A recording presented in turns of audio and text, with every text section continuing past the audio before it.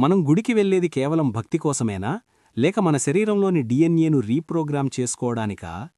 Science కూడా ఆశ్చర్యపోయేలా మన పూర్వీకులు వేల ఏళ్ల క్రితమే కనుగొన్న ఆ సీక్రెట్ వైబ్రేషన్ ఏంటి?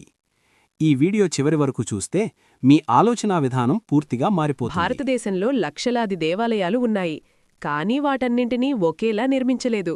ఇలా ఎందుకు నిర్మించారు? దేవాలయమంటే దేవుడుండే చోటు మాత్రమే కాదు, అది ఒక ఎనర్జీ రిజర్వాయర్. భూమి యొక్క అయస్కాంత రేఖలు ఎక్కడైతే బలంగా ఉంటాయో అక్కడే గర్భగుడిని నిర్మిస్తారు. దీన్నే గర్భగృహం అంటారు. గుడికి వెళితే మనశ్శాంతి ఎందుకు కలుగుతుంది అంటే, కింద ఉంచే యంత్రాలు. ఇవి భూమిలోని శక్తిని గ్రహించి విగ్రహం ద్వారా బయటకు పంపుతాయి. మనం చేసే ప్రదక్షిణలు ఆ అయస్కాంత శక్తిని మన శరీరం గ్రహించేలా చేస్తాయి. గుడిలోని గంటలు కేవలం శబ్దం కోసం కాదు, వాటిని 7 రకాల లోహాలతో చేస్తారు. ఆ శబ్దం మన మెదడులోని ఎడమ మరియు కుడి భాగాలను ఏకం చేసి 7 సెకండ్లపాటు మన శరీరంలోని 7 చక్రాలను యాక్టివేట్ చేస్తుంది. మంత్రాల శక్తి, ధ్వని తరంగాలు. ఇక్కడ ఆధ్యాత్మికతను ఫ్రీక్వెన్సీతో ముడిపెట్టాలి.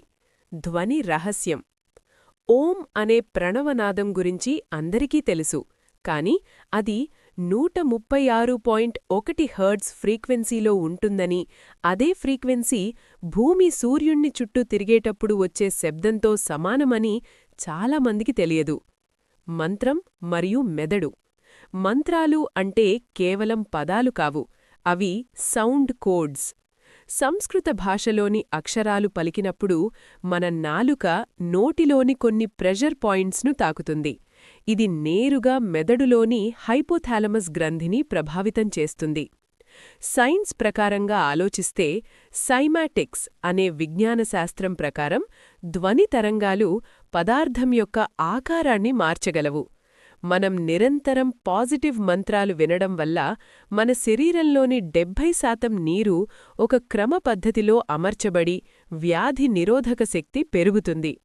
కర్మ సిద్ధాంతం, క్వాంటం ఫిజిక్స్ ప్రకారం ప్రస్తుత తరం ఎక్కువగా చర్చించుకునే లా ఆఫ్ అట్రాక్షన్ మరియు కర్మను కనెక్ట్ చేయాలి. కర్మ అంటే ఏంటంటే, కర్మ అంటే కేవలం శిక్ష కాదు, అది ఎనర్జీ బ్యాలెన్స్. Quantum entanglement.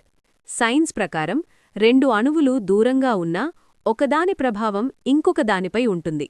అలాగే మన ఆలోచనలు కూడా విశ్వంలోని ఇతర విషయాలను ప్రభావితం చేస్తాయి. మనం చేసే తప్పు, మన పురాణాల్లోని కథలను కేవలం కథలుగానే చూస్తున్నాం, కాని దశావతారాలు చూస్తే అది మనిషి పరిణామ క్రమాన్ని, ఎవల్యూషన్ ను డార్విన్ కంటే ముందే వివరించాయి, చేప నుండి మనిషి వరకు. కన్క్లూజన్: ఆధ్యాత్మికత అంటే మూఢనమ్మకం కాదు, అది మనల్ని మనం తెలుసుకునే ఒక ఉన్నతమైన విజ్ఞానం. మన మూలాలను గౌరవిస్తూ సైన్స్ను అర్థం చేసుకుంటేనే సంపూర్ణమైన జీవితం సాధ్యం.